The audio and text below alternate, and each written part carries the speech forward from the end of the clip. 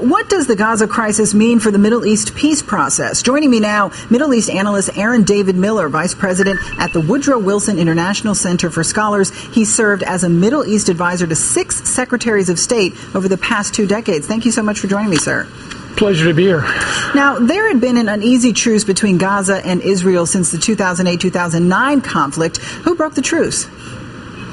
It was both inevitable and predictable, in large part because there's no end state. I mean, you've got 2 entities, Israel and Hamas as an organization, that have fundamentally conflicting goals.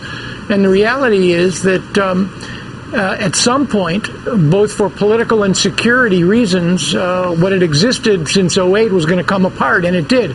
This time it came apart, I think, for 3 reasons. Number one, you had a number of small jihadi groups, some staffed by former members of Hamas, other newbies, that over the last several months were testing Israel's reaction and deterrent capacity. Number two, Hamas is either unwilling or unable, given its own convictions on armed struggle, to control them. And 3, you have a very uneasy and nervous Israel, which, number one, is under great pressure from its southern communities to come up with an answer to the high trajectory weapons.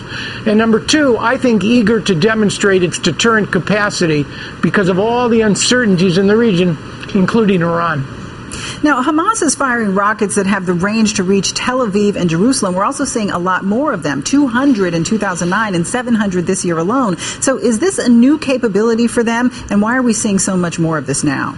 There's no question, and this gets to the heart of the issue, Mara, I think, that you don't have an end state. As a consequence, what happened in 2008 and 2009 bought 3 or 4 years. 2.5 very quiet years, and then a slow and accelerated deterioration over the course of this year.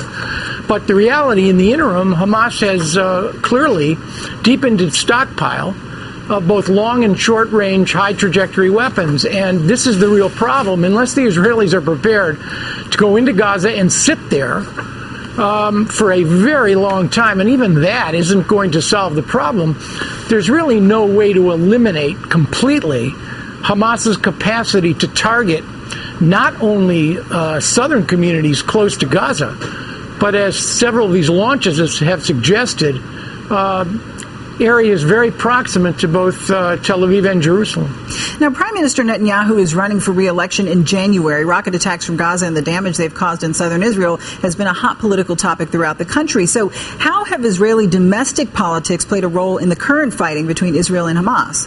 Well, I think there is pressure on a prime minister who's already very tough on this issue to find a way to deal with the high trajectory weapons. The fact that there are elections coming have only heightened the stakes, it seems to me. If this operation goes well, that is to say, if the Israelis can avoid a ground incursion, both inducing Palestinian casualties and incurring casualties on their own, and some interim agreement is reached, which essentially stabilizes the situation, then by and large, I suspect this will be I don't know. I'd give this one to the prime minister, but on points. This will not be regarded as a fundamental or strategic victory. On the other hand, Hamas may well extract certain concessions out of this, political concessions, from the Egyptians and the Turks, who are already supporting them, that may actually top what the Israelis derive from this operation.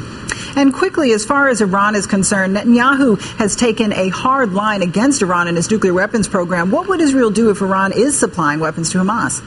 Well, they are. I don't think there's any question about that.